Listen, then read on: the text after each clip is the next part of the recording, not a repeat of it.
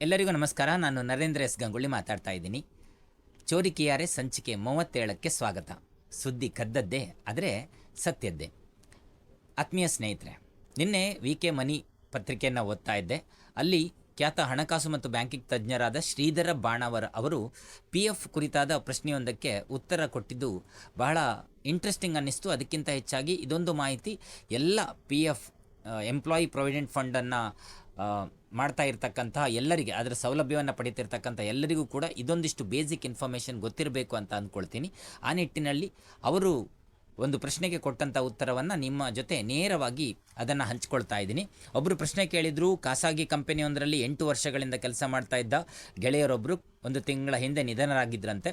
ಹಾಗಾಗಿ ಆ ಕಂಪನಿಯಲ್ಲಿ ನೌಕರಿ ಮಾಡಿದ್ರಿಂದ ಮತ್ತು EPF ಸದಸ್ಯರಾಗಿದ್ದರಿಂದ ಅವರಿಗೆ ಏನೆಲ್ಲ ಮಾಹಿತಿ, ಅವರಿಗೆ ಏನೆಲ್ಲ ಸೌಲಭ್ಯಗಳು ಸಿಗ್ಬೋದು ಅನ್ನೋದ್ರ ಬಗ್ಗೆ ಒಂದು ಖಚಿತ ಮಾಹಿತಿಯನ್ನು ನೀಡಬೇಕಂತ ಕೇಳಿದರು. ಹಾಗಾಗಿ ಶ್ರೀಧರ್ ಬಾಣ ಅವರು ಅದಕ್ಕೆ ನೇರವಾಗಿ ಆನ್ಸರ್ ಮಾಡ್ತಾ ಹೇಳ್ತಾರೆ, ಖಾಸಗಿ ಸಂಸ್ಥೆಯಲ್ಲಿ ಸತತವಾಗಿ ಕೆಲಸ ಮಾಡಿ EPF ಖಾತೆಗೆ ನಿರಂತರವಾಗಿ ವಂತಿಗೆ ಪಾವತಿಸಿದಂತಹ ನೌಕರರು ಎಲ್ಲಾದರೂ ಮೃತಪಟ್ಟರೆ ಅವರ ಪತ್ನಿ ಮತ್ತು ಕುಟುಂಬದವರಿಗೆ EPFO ನಿಯಮಾವಳಿಗಳ ಪ್ರಕಾರ 3 ಪ್ರಮುಖವಾದ ಸೌಲಭ್ಯಗಳು ಸಿಗ್ತವೆ. ಸೊ ಸಂಸ್ಥೆಯ HR ವಿಭಾಗದಿಂದ ಸರಿಯಾದ ಮಾಹಿತಿ ಸಿಗದೇ ಇದ್ದರೂ, ಒಂದು ವೇಳೆ ಕಂಪನಿಯಿಂದ ನಮಗೆ ಬೇಕಾದ ಮಾಹಿತಿ ಸಿಗದೇ ಇದ್ದರೂ ಕೂಡ ಕುಟುಂಬದವರು ನೇರವಾಗಿಯೇ EPFO ಕಚೇರಿಯನ್ನು ಸಂಪರ್ಕಿಸಿ ಅಥವಾ ಆನ್ಲೈನ್ ಮೂಲಕ ಕೂಡ ನೀವು ಅದಕ್ಕೆ ಸಂಬಂಧಪಟ್ಟ ಸೌಲಭ್ಯಗಳನ್ನು ಪಡೆಯಬಹುದು ಅಂತ ಹೇಳ್ತಾರೆ.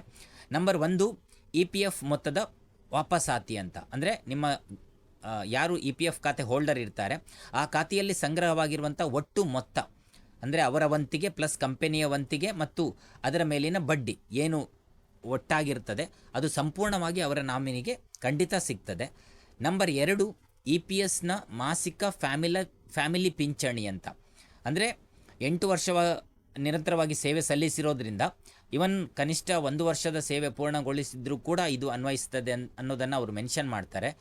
ಅವರ ಪತ್ನಿ, ಮೃತರ ಪತ್ನಿ ಖಂಡಿತ ಪಿಂಚಣಿ ಪಡೆಯಲು ಕೂಡ ಅರ್ಹರಾಗಿರ್ತಾರೆ. ಇದು ಅಜೀವ ಪರ್ಯಂತ ಸಿಗುವಂತಹ ಮಾಸಿಕ ಪಿಂಚಣಿಯಾಗಿದೆ. ಪ್ರತಿ ತಿಂಗಳು ಅವರಿಗೆ ಅವರ ಸಾಯುವ ತನಕ ಸಿಗ್ತದೆ.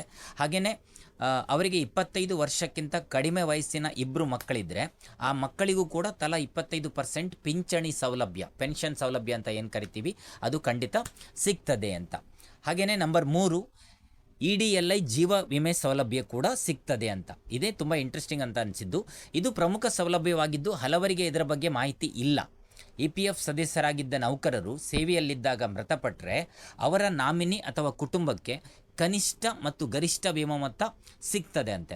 ಅಂದರೆ ನೌಕರರು ಮರಣ ಹೊಂದುವ ಮುನ್ನ ಸತತ 12 ತಿಂಗಳು ಒಂದೇ ಸಂಸ್ಥೆಯಲ್ಲಿ, 12 ತಿಂಗಳಂದರೆ 1 ವರ್ಷಗಳ ಕಾಲ ಮಿನಿಮಮ್ ಒಂದೇ ಸಂಸ್ಥೆಯಲ್ಲಿ ಕೆಲಸ ಮಾಡಿದ್ರಿಂದ ಕನಿಷ್ಠ 2.5 ಲಕ್ಷ ರೂಪಾಯಿ ಮತ್ತು ತುಂಬ ವರ್ಷಗಳ ಕಾಲ ಸೇವೆ ಸಲ್ಲಿಸಿದರೆ ಮೃತರ ಕೊನೆಯ 12 ತಿಂಗಳ ಸರಾಸರಿ ಸಂಬಳದ ಆಧಾರದ ಮೇಲೆ ಗರಿಷ್ಠ 7 ಲಕ್ಷ ರೂಪಾಯಿವರೆಗೆ ಕೂಡ ವಿಮೆಯನ್ನು ಪಡೆದುಕೊಳ್ಳಲಿಕ್ಕೆ ಸಾಧ್ಯ ಇದೆ ಅಂತ ಇವರು ಕರೆಕ್ಟಾಗಿ ಹೇಳ್ತಾ ಇದ್ದಾರೆ.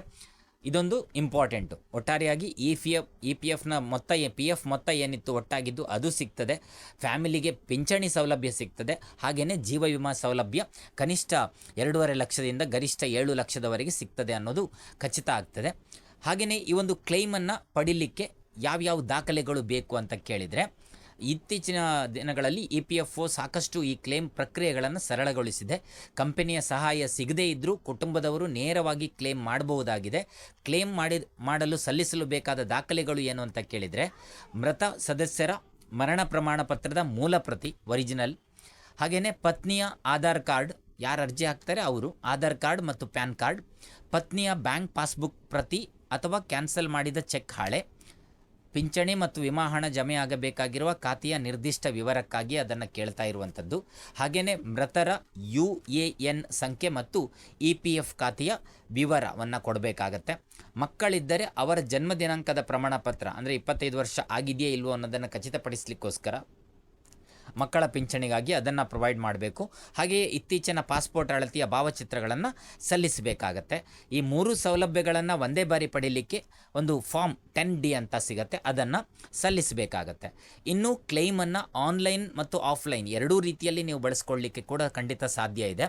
ಮೃತರ UAN ಖಾತೆಗೆ ಅವರ ಪತ್ನಿಯ ಹೆಸರೇ ನಾಮಿನಿ ಎಂದು ನೋಂದಣಿಯಾಗಿದ್ದರೆ ಮತ್ತು ಅವರ KYC ಪೂರ್ಣಗೊಂಡಿದ್ದರೆ ಪಿ ಎಫ್ ಒ ಸದಸ್ಯರ ಪೋರ್ಟಲ್ನಲ್ಲಿ ಡೆತ್ ಕ್ಲೇಮ್ ಆಯ್ಕೆಯ ಮೂಲಕ ಒಂದು ಡೆತ್ ಕ್ಲೇಮ್ ಅಂತ ಒಂದು ಆಪ್ಷನ್ ಸಿಗುತ್ತೆ. ಅದರಲ್ಲಿನ ಆಯ್ಕೆಯ ಮೂಲಕ ಆನ್ಲೈನ್ನಲ್ಲೇ ನೀವು ಸುಲಭವಾಗಿ ಅರ್ಜಿ ಸಲ್ಲಿಸಬಹುದು. ಇಲ್ಲ ಆನ್ಲೈನ್ನಲ್ಲಿ ತಾಂತ್ರಿಕ ತೊಂದರೆ ಕಾಣಿಸಿದರೆ ಅಥವಾ ಕಂಪನಿಯ HR ಸರಿಯಾಗಿ ಸ್ಪಂದಿಸದೇ ಇದ್ದರೆ ಕಂಪೋಸಿಟ್ ಫಾರ್ಮ್ 10D ಅನ್ನು ಭರ್ತಿ ಮಾಡಿ ಅಗತ್ಯ ದಾಖಲೆಗಳನ್ನು ಲಗತ್ತಿಸಿ ಮೃತರ ಕಂಪನಿ ನೋಂದಣಿಯಾಗಿರುವಂತಹ ವ್ಯಾಪ್ತಿಯ ಪ್ರಾದೇಶಿಕ EPFO ಕಚೇರಿಗೆ ನೇರವಾಗಿ ಭೇಟಿ ನೀಡಿ ಸಲ್ಲಿಸಲಿಕ್ಕೆ ಕೂಡ ಸಾಧ್ಯ ಇದೆ. ಇನ್ನೊಂದು ಅಂಶವನ್ನು ಇವರು ಹೇಳ್ತಾರೆ ಇಲ್ಲಿ, ಒಂದು ವೇಳೆ ಕಂಪನಿಯ HR ವಿಭಾಗದವರು ಸಹಕರಿಸದಿದ್ದರೆ ಕುಟುಂಬದವರು ತಕ್ಷಣವೇ EPFIGMS.gov.in ಪೋರ್ಟಲ್ನಲ್ಲಿ ಆನ್ಲೈನ್ ಮೂಲಕ ದೂರನ್ನು ಕೂಡ ದಾಖಲಿಸಬಹುದು. ಇಮಿಡಿಯೇಟಾಗಿ ಅದಕ್ಕೆ ರೆಸ್ಪಾಂಡ್ ಮಾಡಿ ಕಂಪನಿಗೆ ಅವರು ವಿವರಗಳನ್ನು ನೀಡುವಂತೆ ಆದೇಶ ನೀಡ್ತಾರೆ ಅಂತ ಹೇಳಿದ್ದಾರೆ. ಹಾಗಾಗಿ ಬೇರೇನಿಲ್ಲ ಅಂತಂದರೂ ನೀವು ಖುದ್ದಾಗಿ ಒಮ್ಮೆ EPFO ಕಚೇರಿಯ ಸಾರ್ವಜನಿಕ ಸಂಪರ್ಕ ಅಧಿಕಾರಿಯನ್ನು ಭೇಟಿ ಮಾಡಿದರೆ ಅವರು ನಿಮಗೆ ಸರಿಯಾದ ಮಾರ್ಗದರ್ಶನವನ್ನು ನೀಡ್ತಾರೆ. ಹಾಗಾಗಿ ಈ ಒಂದು ಸೌಲಭ್ಯವನ್ನು ಅಗತ್ಯ ಸಂದರ್ಭಗಳಲ್ಲಿ ಖಂಡಿತ ಬಳಸಿಕೊಳ್ಳಿ ಮತ್ತು ಈ ಮಾಹಿತಿಯನ್ನು ನಿಮ್ಮ ಜೊತೆ ಸದಾ ಕಾಪಿಟ್ಕೊಳ್ಳಿ. ಯಾಕೆಂತಂದರೆ ನಮಗೆ ಅಂತಲ್ಲ, ಬೇರೆಯವರಿಗೆ ಇದು ಖಂಡಿತ ಹೆಲ್ಪ್ ಆಗುತ್ತೆ. ಯಾರ್ಯಾರೋ PF ಸೌಲಭ್ಯ ಇದ್ದರೂ ಕೂಡ PF ಹಣ ವಾಪಸ್ ಪಡ್ಕೊಂಡು ಸುಮ್ಮನಿದ್ದು ಬಿಡ್ತಾರೆ. ಪಿಂಚಣಿ ಬಗ್ಗೆ ಆಗಲಿ ಮತ್ತೊಂದ್ರ ಬಗ್ಗೆ ಆಗಲಿ ಕೆಲವೊಮ್ಮೆ ಟೆನ್ಷನ್ ತೊಗೊಳ್ಳಿಕ್ಕೆ ಹೋಗೋದಿಲ್ಲ. ಹಾಗಾಗಿ ಸ್ವಲ್ಪ ಈ ವಿವರಗಳನ್ನು ಅವರಿಗೂ ತಲುಪಿಸಿ ಅನ್ನುವ ನಿಟ್ಟಿನಲ್ಲಿ ಈ ಪರ್ಟಿಕ್ಯುಲರ್ ವಿಡಿಯೋವನ್ನು ಮಾತ್ರ ಹೆಚ್ಚೆಚ್ಚು ಜನರಿಗೆ ಶೇರ್ ಮಾಡಿ ಅಂತ ಕೇಳ್ಕೊಳ್ತಾ ಮತ್ತಷ್ಟು ಇಂಟ್ರೆಸ್ಟಿಂಗ್ ಸುದ್ದಿಯೊಂದಿಗೆ ನಾಳೆ ಸಿಗ್ತೀನಿ. ಅಲ್ಲಿ ತನಕ ಧನ್ಯವಾದಗಳು. Thank you.